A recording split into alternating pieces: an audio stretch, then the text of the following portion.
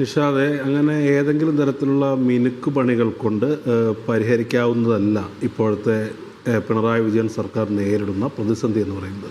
ഈ 10 കൊല്ലത്തെ ഭരണം എന്ന് പറയുന്നത് യഥാർത്ഥത്തിൽ ഈ ഭരണത്തെ ജനങ്ങളുടെ മുൻപിൽ സമ്പൂർണ്ണമായി ഒറ്റപ്പെടുത്തി എന്നുള്ളതാണ് യാഥാർത്ഥ്യം.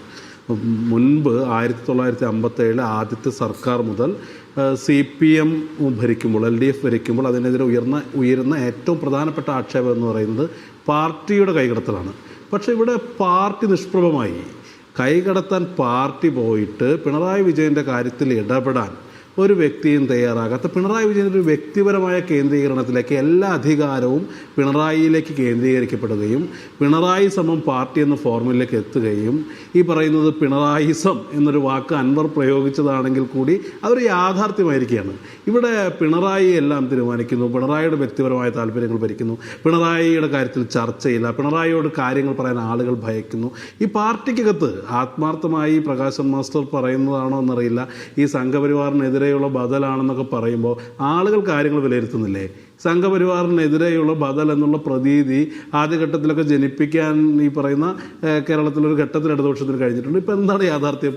സംഘപരിവാർ നടപ്പിലാക്കിയ വിദ്യാഭ്യാസ നയത്തിൻ്റെ പോലും നടത്തിപ്പുകാരായി വരുന്ന അവസ്ഥയിലേക്ക് എത്തുകയും ഘടകകക്ഷികൾ ഉൾപ്പെടെയുള്ളവർ പ്രതിഷേധിക്കുകയും, അങ്ങനെ ഒരു വകുപ്പിലെ കാര്യമല്ലല്ലോ, ആഭ്യന്തര വകുപ്പ് മുതൽ ആരോഗ്യ വകുപ്പ് വരെ എല്ലാ വകുപ്പുകളിലും സംഘപരിവാറിൽ നിന്ന് വ്യതിരക്തമായൊരു നയം നടപ്പിലാക്കുന്നില്ല എന്ന് മാത്രമല്ല, സംഘപരിവാർ നയങ്ങളുടെ നടത്തിപ്പുകാരായി മാറി. എന്താണ് അതിൻ്റെ കാരണമെന്ന് പരിശോധിക്കും. നേരത്തെ പറഞ്ഞ പിണറായി വിജയൻ്റെ വ്യക്തിപരമായ പ്രതിസന്ധി എന്ന് പറയുന്നത് ഒരു പാർട്ടിയുടെ പ്രതിസന്ധിയായി മാറി എന്നുള്ളതാണ്.